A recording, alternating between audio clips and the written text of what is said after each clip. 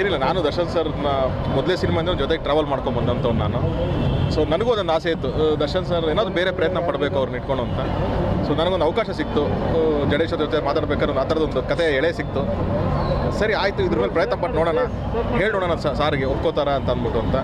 ಕೊನೆಗೆ ಅವ್ರು ಯಾವತ್ತು ಒಪ್ಕೊಂಡು ನಾನು ಅದನ್ನೇ ಹೇಳ್ತಾ ಬಂದಿದ್ದೀನಿ, ಅವ್ರಿಗೆ ಕತೆ ಒಪ್ಕೊಂಡಿದ್ದಾಗ ನಿಜವಾದ ಗೆಲುವು. ಇವತ್ತಲ್ಲ, ನನಗೆ ಅವ್ರ ಕತೆ ಒಪ್ಕೊಂಡ್ರಲ್ಲ ಅವತ್ತು ಈ ಸಿನಿಮಾ ಗೆದ್ದಿದ್ದು. ಯಾಕಂದರೆ ಒಬ್ಬ ದೊಡ್ಡ ಸೂಪರ್ ಸ್ಟಾರು ಈ ಥರದೊಂದು ಕಮರ್ಷಿಯಲ್ಲು ಪ್ಲಸ್ ಕಾಂಟೆಂಟ್ ಇರೋವಂಥ ಸಿನಿಮಾನ ಬ್ಲೆಂಡ್ ಮಾಡಿದಂಥ ಒಂದು ಕಥೆನ ಅವ್ರು ಆಯಿತು ಬಾ ನಾನು ಈ ಥರದೊಂದು ಮಾಡೋಣ, ನಮ್ಮ ಕನ್ನಡದಲ್ಲೂ ಈ ಥರದೊಂದು ಜಾನರ್ ಪಿಕ್ಚರ್ ಬರಬೇಕು, ಒಂದು ಸ್ಟಾರ್ ಆ ಥರದೊಂದು ಒಪ್ಪಿಗೆ ಕೊಟ್ಟಾಗ ನಿಮಗೆ ಅಲ್ಲಿಂದನೇ ಅದು ಸಿನಿಮಾ ಟೇಕ್ ಆಫ್ ಆಗುತ್ತೆ. ನಿಮಗೆ ಇವತ್ತು ಏನು ಜನ ಇಷ್ಟಪಡ್ತಿದ್ದಾರೆ, ಅವ್ರ ಅಭಿಮಾನಿಗಳು ಇಷ್ಟಪಡ್ತೀರಿ ಅಂದರೆ, ಯಾವಾಗ ಕಾಂಟೆಂಟ್ ಅಂದರೆ ಸಪ್ರೇಟ್ ಬರೀ ಸೀರಿಯಸ್ ಆಗಿ ಹೇಳಬೇಕು, ಕಾಂಟೆಂಟ್ ಅಂದರೆ ಬರೀ ಅದನ್ನು ಆರ್ಟಿಸ್ಟಿಕ್ ಆಗಿ ಹೇಳಬೇಕು ಅಂತ ಬಿಟ್ಟು ಅದನ್ನು ಕಮರ್ಷಿಯಲ್ ರೀತಿಯಲ್ಲಿ ಹೇಳ್ಬೋದು ಅನ್ನೋದೇ ಒಂದು ಪ್ರಯತ್ನ ಪಟ್ಟಿದ್ದು ನಾವಿದು.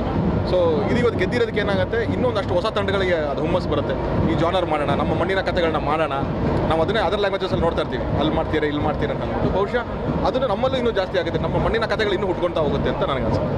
ದರ್ಶನ್ ಹೇಗೆ ಒಪ್ಕೊಂಡ್ರು, ಯಾಕೆ ಆ ಪಾತ್ರ ಒಬ್ಬ ಸ್ಟಾರ್ ಆಗಿ ಅಲ್ಲ ಅದೇ ಹೇಳಿದ್ರಲ್ಲ, ಅವರು ಆ ಜಾನಲ್ಲಿ ಇದ್ರು. ಆಯಿತು, ಏನಾಗುತ್ತೆ ಬ್ರದರ್, ಒಬ್ಬ ಸ್ಟಾರ್ಗೆ ತುಂಬ ಜವಾಬ್ದಾರಿಗಳಿರುತ್ತೆ.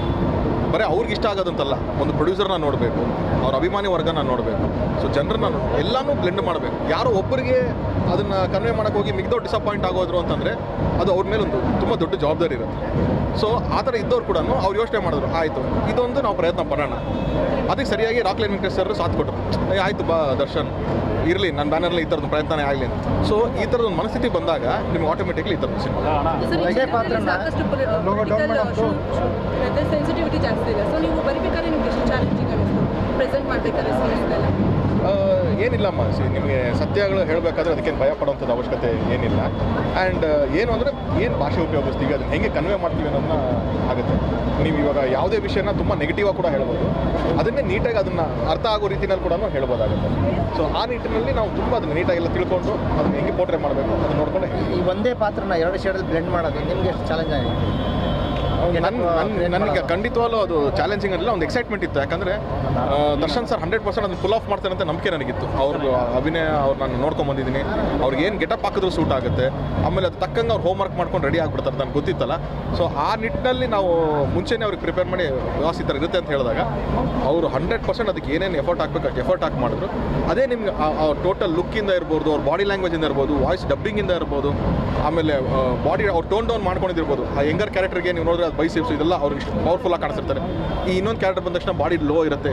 ಅಂದರೆ ಪ್ರತಿಯೊಂದಕ್ಕೂ ಅವ್ರು ಹೋಮ್ ವರ್ಕ್ ಮಾಡಿದ್ರು. ಸೊ ಅದ್ರ ರಿಸಲ್ಟ್ ನಿಮ್ಗೆ ಕಾಣಿಸ್ತಾ ಇದೆ. ತರುಣ್ ಸುಧೀರ್ ಅವ್ರನ್ನ ನೋಡಿದಾಗ ಕಾಲಘಟ್ಟವನ್ನು ಮೀರಿ ಮಾಡಿದಂಥ ಕತೆ, ತುಂಬ ಹಿಂದೆ ಹೇಳಬೇಕಾದಂಥ ಕತೆ, ಇವತ್ತಿನ ಕಾಲಕ್ಕೂ ಮುಂದಿನ ಕಾಲಕ್ಕೂ ಪ್ರಸ್ತುತವಾದಂಥ ಕತೆ. ಹೌದು, ಯಾವತ್ತಿದ್ರೂ ವಿಷಯಗಳು ಕೆಲವೊಂದು ಹೇಳಲೇಬೇಕು. ನಮ್ಗೇನಂದರೆ ಇವತ್ತಿಗೂ ಐರನ್ ಏನು ಅಂತಂದರೆ, ಅಲ್ಲಿಂದ ಇಲ್ಲಿವರೆಗೂ ಬಂದರೂ ಇನ್ನೂ ಕೆಲವೊಂದು ವಿಷಯಗಳು ಬದಲಾಗಿಲ್ವಲ್ಲ, 50 ವರ್ಷ ದಾಟ್ಕೊಂಡ್ಬಂದ್ರು ಇನ್ನೂ ಬದಲಾಗ್ತಾ ಇಲ್ವಲ್ಲ, ಏನಕ್ಕೆ ಇದು? ನಾವು ಹೇಳಿದ ತಕ್ಷಣ ಬದಲಾಗತ್ತೆ ಅಂತಲ್ಲ, ಅಟ್ಲೀಸ್ಟ್ ಈ ಥರದೊಂದು ದೊಡ್ಡ ಸಿನಿಮಾದಲ್ಲಿ ದೊಡ್ಡ ಸ್ಟಾರು ಹೇಳೋ ಮುಖಾಂತರ ಒಂದು ಚೂರಾದರೂ ಅದ್ರದ್ದು ಇಂಪ್ಯಾಕ್ಟ್ ಆಗ್ಬೋದೇನೋ. ನಾವು ಸಿನಿಮಾ ಮಾಡೋದು ಮನೋರಂಜನೆಗಾಗಿ, ಸಿನಿಮಾ ಒಂದು ಬಿಸ್ನೆಸ್, ಒಂದು ಪ್ರೊಫೆಷನ್ ಇದೆ. ಆದರೂ ಕೂಡ ಅದರಿಂದ ಒಂದು ಚಿಕ್ಕ ಮೆಸೇಜ್ ಹೋಗುತ್ತೆ. ಏನೋ ಅದು 1 ಲಕ್ಷದಲ್ಲಿ 10 ಜನಕ್ಕೆ ಚೇಂಜ್ ಆದರೂ 10 ಜನ ಚೇಂಜೇ ಅಲ್ಲ. ಸೊ ಆ ನಿಟ್ಟಿನಲ್ಲಿ I think it's A good move. Aradhana ಪರಿಚಯ ಮಾಡ್ತೀರಾ, ಅವ್ರು ಬಂದು ಹೊಸ ಕ್ವಾಲಿಟಿ ಇದ್ದಾರೆ, ಅವ್ರ ಪರ್ಫಾರ್ಮೆನ್ಸ್ ಡೈರೆಕ್ಟ್ರಾಗಿ ಸರ್. ಅವ್ರು ಯಾವತ್ತೂ ನನಗೆ ಒಂದೇ ಒಂದು ಏನಂದರೆ, ಓಕೆ ನಾನು super star, lady super star Malashri ಅವ್ರ ಮಗಳು ಅಥವಾ ಕೋಟಿ ರಾಮ್ ಅವ್ರ ಮಗಳು ಅನ್ನೋದನ್ನ ಅವ್ರ ತಲೆಯಲ್ಲಿ ಇಟ್ಕೊಂಡೇ ಇರಲಿಲ್ಲ ಸರ್. ಹೊಸ ಹುಡುಗರು ಹೆಂಗೆ ಬರ್ತಾರೋ, ಒಂದು ಡೆಬ್ಯೂಟೆಂಟು ಅಷ್ಟೇ ಶ್ರದ್ಧೆ ಭಕ್ತಿಯಿಂದ ಕೆಲಸಕ್ಕೆ ಬಂದರು. ಸಿನಿಮಾ ಮುಂಚೆ ಒಂದು 2 ತಿಂಗಳು 3 ತಿಂಗಳು ನಾವು ಅದಕ್ಕೆ ವರ್ಕ್ಶಾಪ್ ಮಾಡಿಸಿದ್ವಿ.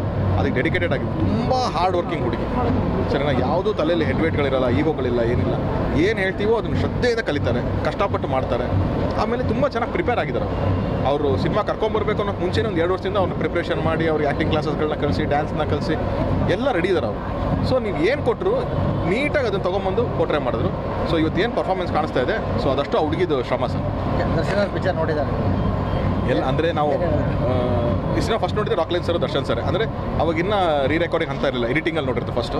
ಅದಾದಮೇಲೆ ಮತ್ತೆ ನಾವು ರೀ ರೆಕಾರ್ಡಿಂಗ್ ಎಲ್ಲ ಫೈನಲ್ ಕಾಪಿ ಆದಮೇಲೆ ಕೂಡ ಮೊನ್ನೆ ಒಂದು ಸತಿ ನಾವು ರಾಕ್ಲೈನ್ ಮಾಲಲ್ಲಿ ಅವರು ಸ್ನೇಹಿತರು ಎಲ್ಲರೂ ನೋಡಿದ್ರು ಆ ಸಿನಿಮಾನ.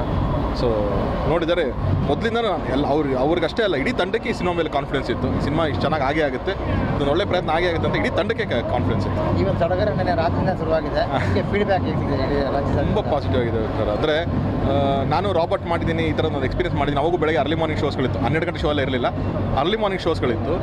ಆ ಫಿಲಮ್ ನೋಡ್ಕೊಂಬಂದಾಗ ನನಗೆ ಸಖತ್ತಾಗಿದೆ ಪಿಕ್ಚರು, ಸೂಪರ್ ಆಗಿದೆ, ಹಂಗೆ ಅಂತೆಲ್ಲ ಹೇಳಿ ನಾನು ಕೇಳಿದ್ದೀನಿ. ಇಲ್ಲಿ ನಾನು ಶೋ ಮುಗಿಸ್ಕೊಂಡು ಆಚೆ ಬರ್ಬೇಕಾದ್ರೆ ಅವರು ಅಭಿಮಾನಿಗಳೆಲ್ಲ ಬಂದು ಥ್ಯಾಂಕ್ ಯು ಅಣ್ಣ, ಈ ಥರ ಒಂದು ಪಿಕ್ಚರ್ ಮಾಡಿಕೊಟ್ಟಿದ್ದಕ್ಕೆ ನಮಗೆ ಖುಷಿಯಾಗಿದ್ದೀವಣ್ಣ ನಾವು, ಥ್ಯಾಂಕ್ ಯು. ಆ ಥ್ಯಾಂಕ್ ಯು ಅನ್ನೋ ಪದದಲ್ಲೇ ಎಷ್ಟು ಎಮೋಷನ್ ಇತ್ತು ಅಂತ ನನಗೆ ಗೊತ್ತಾಗ್ತಾ ಇದೆ.